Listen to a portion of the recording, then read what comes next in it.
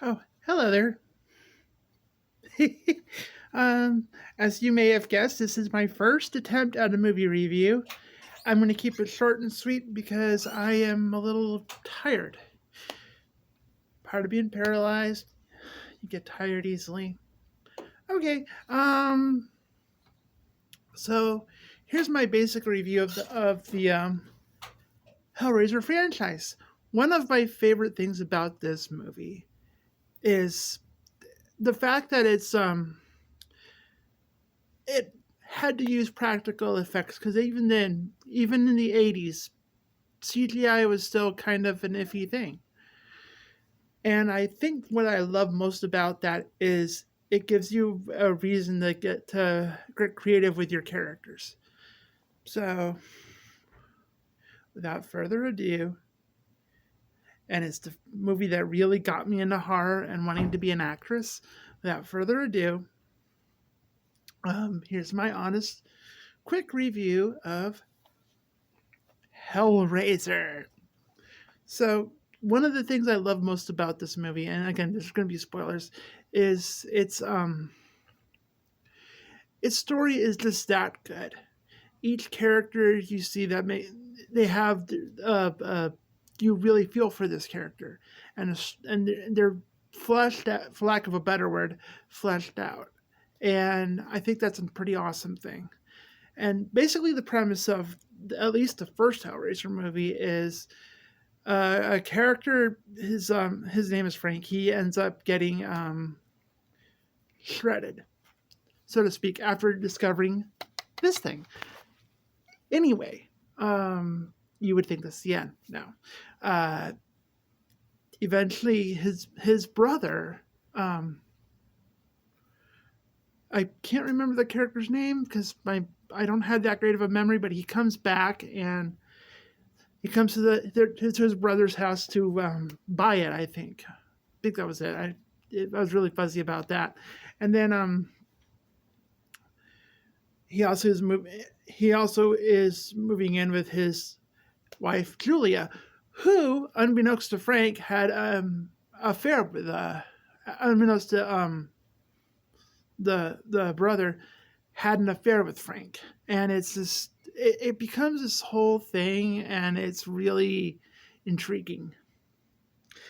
And during the move, the brother he gets his hand hurt, and it the blood from the injury ends up bringing back Frank. And from there, it really picks up into two stories. One is trying to uh, keep the Cenobites off Frank's trail, and the other is and and while he's having another affair with Julia. It's like you don't learn the lesson, but you keep going, and they really make you want to just be that against Frank on this, and he's a real scumbag. Okay, yeah, and the other part of this is Kirsty Cotton, the daughter, is basically she's learning about not only Frank's past but the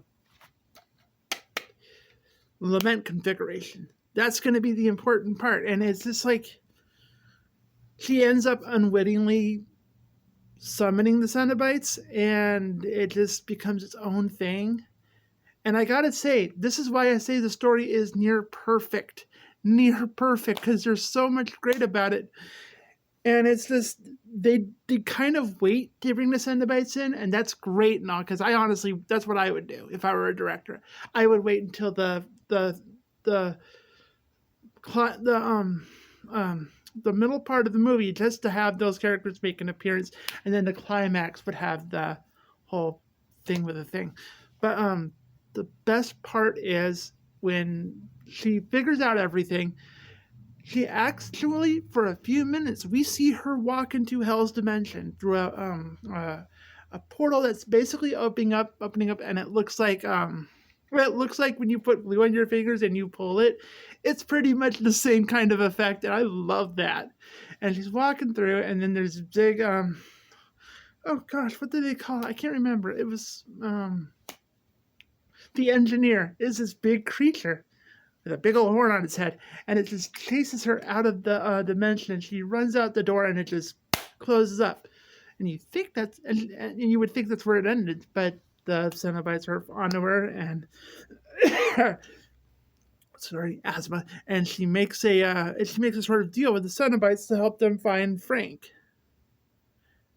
and then they go back to and I'm just going to skip over a few parts without it being too much of a spoiler, but Frank has consumed his brother, and the Cenobites catch on to this, and they say, we have to take him, but Christy thinks that it's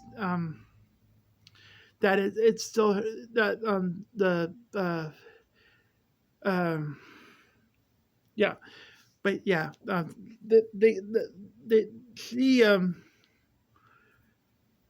thinks that her dad is still alive, but really she finds a well, I can't really say it here because I'll get in trouble, but you get the idea. And they try to take what she thinks is her dad, but it's really Frank.